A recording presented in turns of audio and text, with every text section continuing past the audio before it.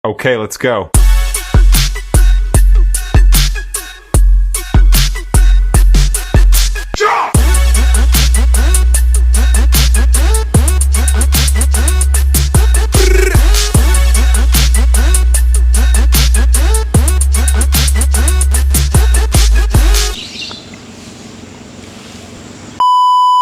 What's up everyone? Andito na naman tayo.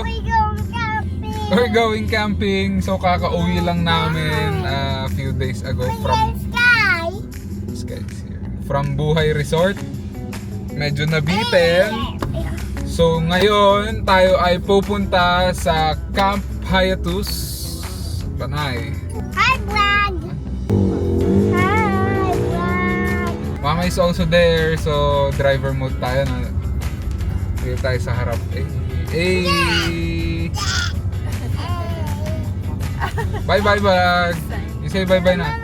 Bye! First, I need to say A first, okay? My turn to say A. Okay. Ito pala yung love, oh. Tignan mo. Ito yung kalak. So. Hey! Hey!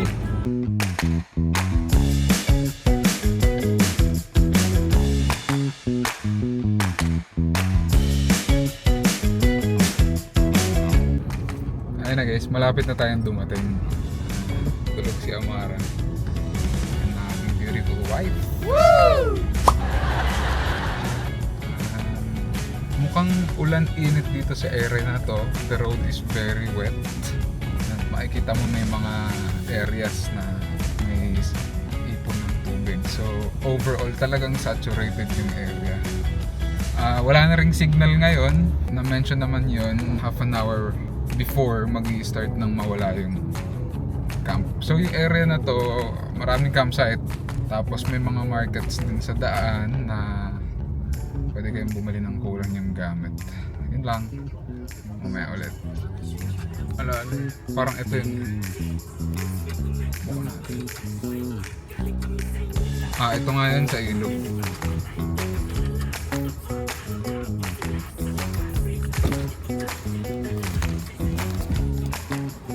Ulan ba?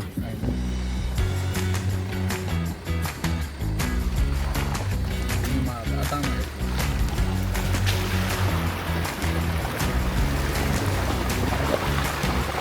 Ako babalik.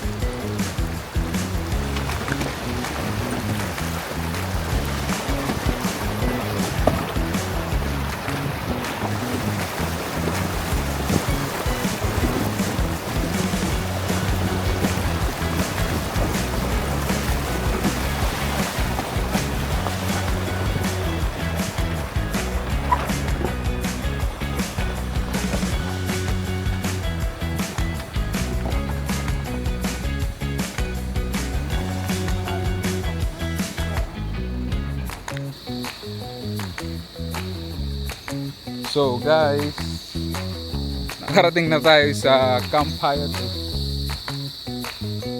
Yan ang ating spot. So free use yung tables and chairs. So yan. May mga tipis sila. May CR dito. May aviary doon. At may CR ulit dito na mukhang well maintained. May store sila ate. Ayan, may chips. Kung may kailangan din kayo sa kanila, dyan kayo pupunta. Tapos, pwede kayong bumili sa kanila ng access sa internet. 150 for 24 hours. Anywhere daw sa camp, masasagap mo yung signal. Ayan.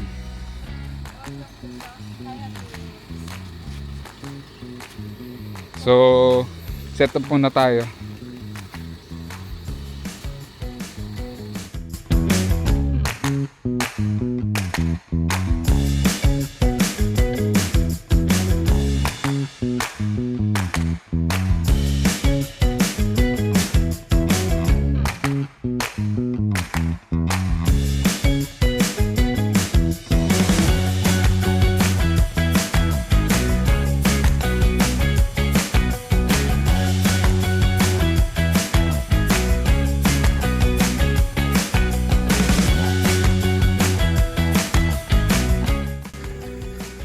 What's up mga idol?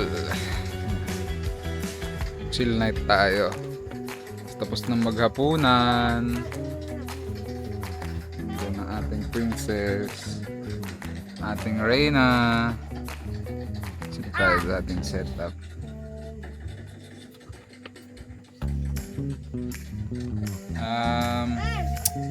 Ulan. Tigil ulan. Alam nyo naman. Pero expected naman natin yon, diba? And mukha namang ready tayo dyan, diba? Super ready. Kami lang yung tao dito kasi weekday eh. So, relax muna tayo first night. So 2 nights tayo dito. So meron pa rin.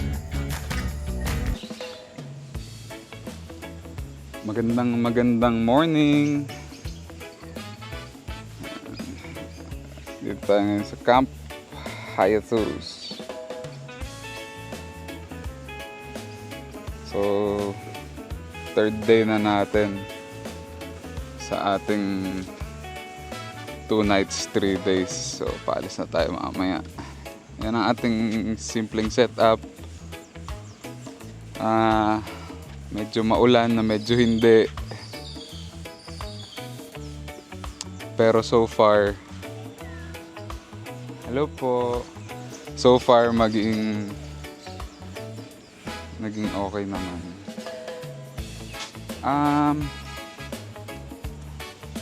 So share ko lang dito yung Camp Hiatus, no. Meron sila ditong A cabin. Kung makikita niyo dyan. So yung mga ayaw mag-camp, gusto mag-chill. Ayan. Hindi ako sure pero mukhang may pool sa loob. Tapos yung river is nandyan lang. So kung gusto niyo ng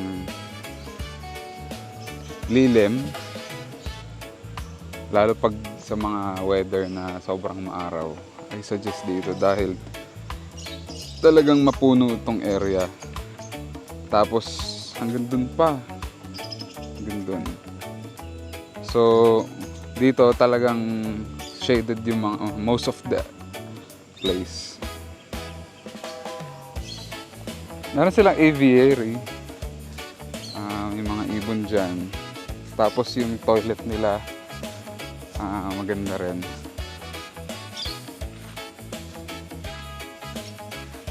So merong isang toilet dito, tapos meron din dun sa kabila. So, dyan yung shower room. Tapos dito naman sa kabila yung toilet.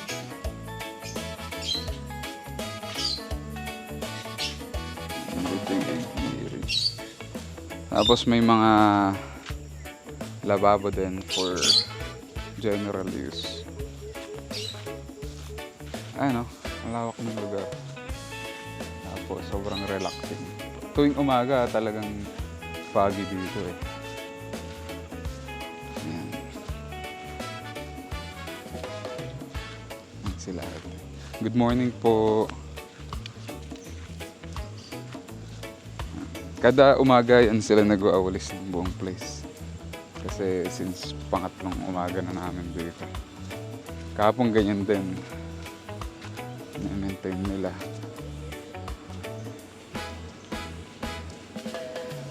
And dito naman tayo sa ating camp. Ayan. Iluluto ng ating breakfast si Chef. My beautiful wife. Wow! Let's go over.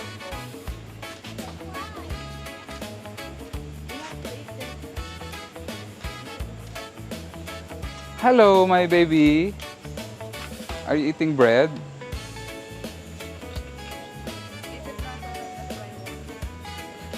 You're licking the spoon? Yan. Aming tambayan. So, dito, wala nang bayad yung car at saka yung tent pitching. Pwede rin gamitin yung ihawan sa may mga nakakalat din na tables and chairs. Pwede rin gamitin libre. Except yung mga kubo na yan, may mga bayad na yan. Meron din silang 4x4 for rent sa mga ATV.